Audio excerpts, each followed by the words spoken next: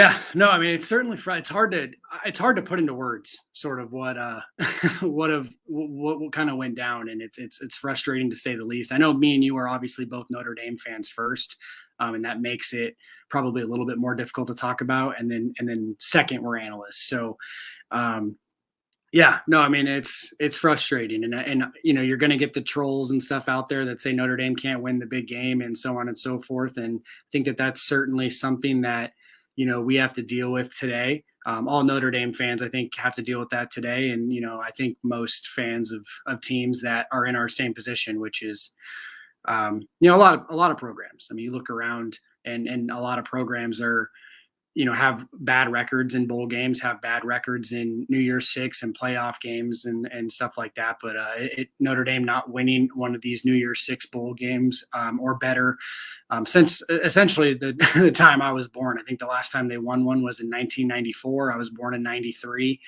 and so I technically haven't really seen one. And I know you're pretty much in the same boat there, Ben. Um, but you also try to put things into perspective. I mean, I think in today's college football world, I don't want to call these games meaningless.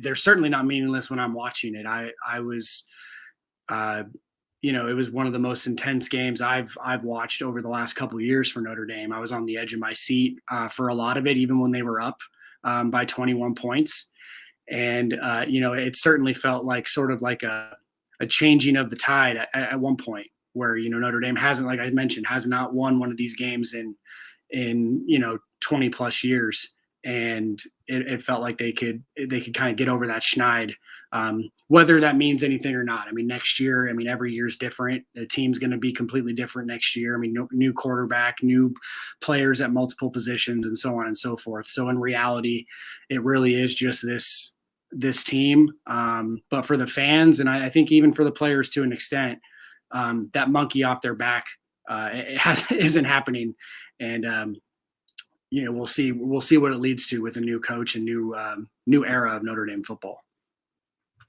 Yeah, and to that point, as I was getting ready to log on here and thinking about the things that I was going to talk about and what we were going to talk about, obviously I knew that this was going to be a major point, a major talking point of Notre Dame being unable to get the monkey off their back. And I was sort of had this thought, and I just kind of want to get your thoughts on this a little bit, Nathan, that, I know that there has been some good positive momentum for Notre Dame, at least reasonably after Brian Kelly left. I mean, the promotion of Marcus Freeman and everything recruiting wise and things that has happened recently that kind of kept the momentum going, that made this feel like something that could have been real bad turned into something that was real good, I guess.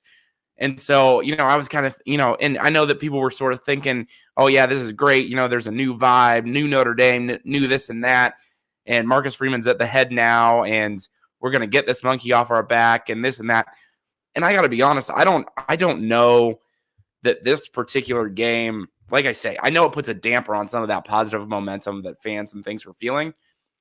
However, I don't think it really changes a whole lot. I mean, when you think about the things that Notre Dame struggled with today, I mean, there's a lot of places to cast blame. I get that.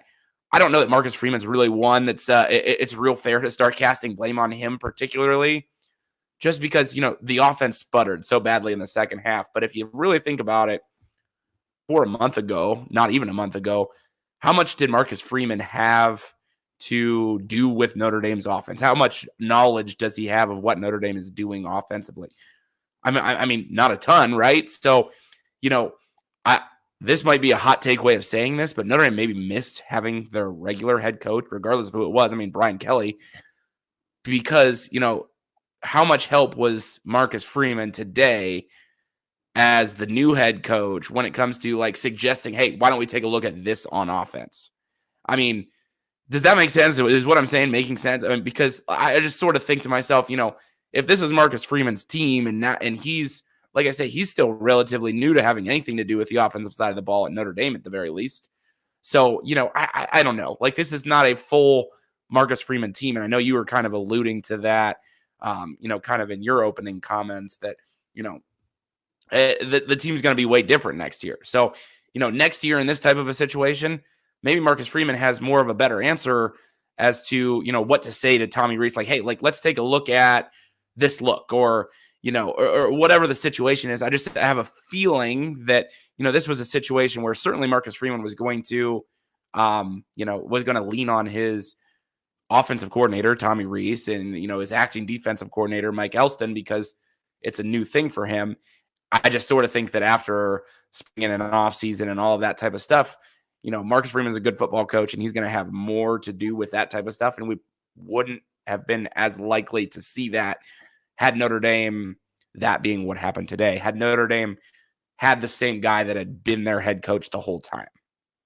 Yeah, that's an interesting point. Kind of going off of that, one of the things that I've mentioned over the last, few weeks on my podcast and in my spaces and stuff that I do with my co-host Mason Plummer on a weekly basis, is that this Notre Dame team, even though Marcus Freeman in the new era has sort of taken over and overwhelmed the fan base, I guess for lack of a better word, this was still a Brian Kelly team to an extent, and it felt like this was sort of the end of that. Now, and you bring up a good point. I mean, obviously with Brian Kelly gone and not on the sideline for Notre Dame, maybe things are different. Maybe they also don't get off to a 28-7 lead, because that was pretty rare for Brian Kelly in these types of games as well. But it is interesting. Obviously, you see Buckner getting no snaps. I honestly was of the opinion that with no Brian Kelly, maybe Buckner would receive more snaps. And then obviously the other kind of, I think, idea behind this is, does Notre Dame allow 37 points if Marcus Freeman is your defensive coordinator calling all of the plays and different things like that? You have to, I don't want to say that this was a job interview for Mike Elston, but there had been some rumors over the last, week or so that, he might have been a little bit more in the running for the defensive coordinator position than at least originally thought. And after today, I think that you could probably throw that out the window, at least in my opinion. I think he is someone that's going to stay at Notre Dame and be a really good defensive line coach and a really good recruiter per usual. But I think you probably got to bring in someone at defensive coordinator that Freeman trusts to call plays. Maybe that's Mike Tressel at Cincinnati, who he's familiar with. Not necessarily coaching wise. I don't think Tressel was actually there when Freeman was there, or at least not for very long. Coming over from Michigan State, but he has a lot of, he's had a lot of success with someone like his uncle, Jim Tressel at Ohio State, and I know they know each other very well.